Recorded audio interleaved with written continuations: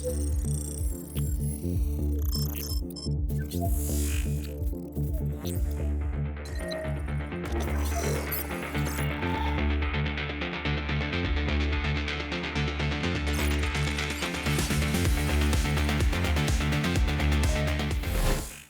家好，我係阿夫拉。星穹鐵道 2.7 版本嘅立繪只係出咗1到2日啫，就已經有停雲嘅初步技能泄漏咗出嚟啦。而技能描述亦都透露住呢個5星停雲呢係屬於擊破隊嘅人物，冇錯。繼亂破之後又係玩擊破，而且佢有部分嘅技能描述都同亂破係有啲相似嘅。不過咧講之前咧，我就想問一問大家嘅意見。我覺得如果要稱呼呢個5星停雲做亡歸人嘅話，個感覺咧真係超級陌生，所以我偏向咧以後影片嘅叫法咧可能係叫停雲又或者5星停雲。唔知你哋對新停雲個名嘅叫法有啲咩意見呢？歡迎你哋留言。咁我哋咧就講翻正題，去講一講俾內鬼所泄露出嚟嘅技能。我覺得呢個5星停雲嘅被泄漏嘅技能版本咧，都只係好初步，但亦都可以從呢個初步嘅版本咧睇到停雲嘅基調咧係離唔開擊破噶啦。呢個內鬼泄露嘅資訊裏面特別有提到佢有普攻同埋強化普攻，因為佢嘅終結技都有無視弱點屬性削減韌性，咁啊同亂破咧係有啲相似嘅。而佢有兩處比較得意嘅地方咧，分別就係戰技同埋天賦。5星停雲嘅戰技咧係會為我方單體提供增益，呢度亦都透露咗俾你聽咧，我方單體咧好可能係指副師又或者另一個主師，而且使用戰技點嘅次數咧就應該唔會咁頻密，因為佢係對象俾一個 buff 係 for 幾個回合咁樣嘅，而且佢嘅終結技係帶有無視弱點屬性削減韌性，即係話佢嘅強化普攻咧係好有可能用喺終結技嗰度，不過同亂破差唔多啦。而佢嘅天賦咧係有啲新花招出現嘅，佢嘅天賦就係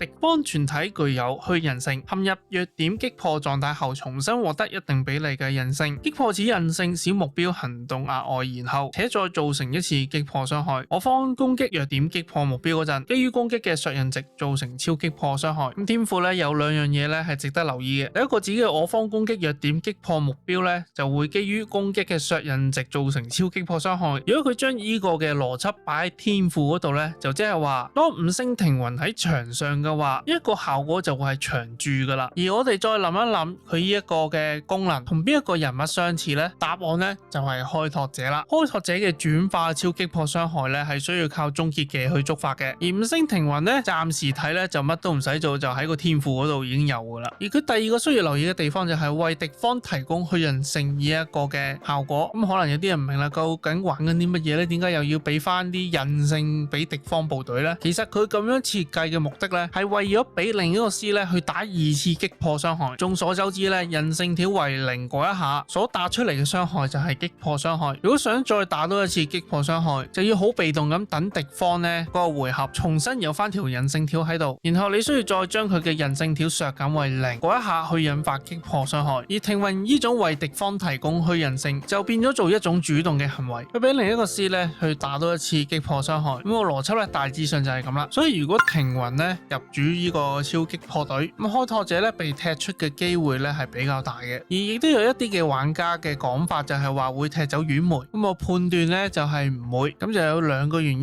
第一個就係故事劇情嘅部分，停雲咧係俾丸梅咧救咗出嚟嘅，呢個係第一點。而第二點就係丸梅攜帶嘅增益對擊破隊有咩好處？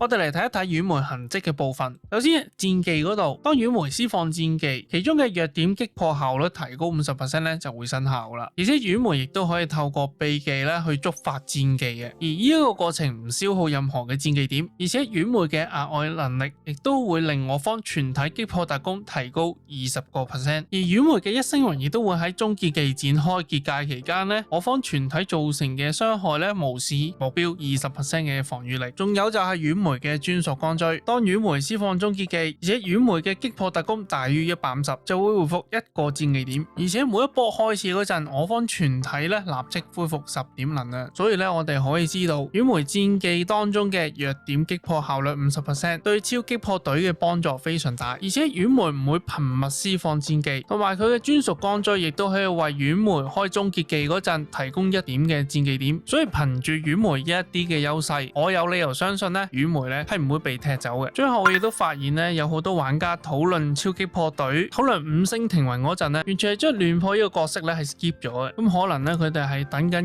2.7嘅星期日，又或者停雲啦。但係我覺得星穹鐵道呢一種嘅組隊方法咧，係包含咗好多可能性喺度。只要一個隊伍可以組合到成個循環喺度，咁我哋就有研究同討論嘅價值啦。所以亂破同停雲之間咧有冇一啲嘅互動嘅關係呢？於未來咧係值得深入研究嘅。好，咁今日嘅影片就分享到呢一度。中意條片嘅朋友就記得撳個 like、留言、訂閱同埋打個鐘仔。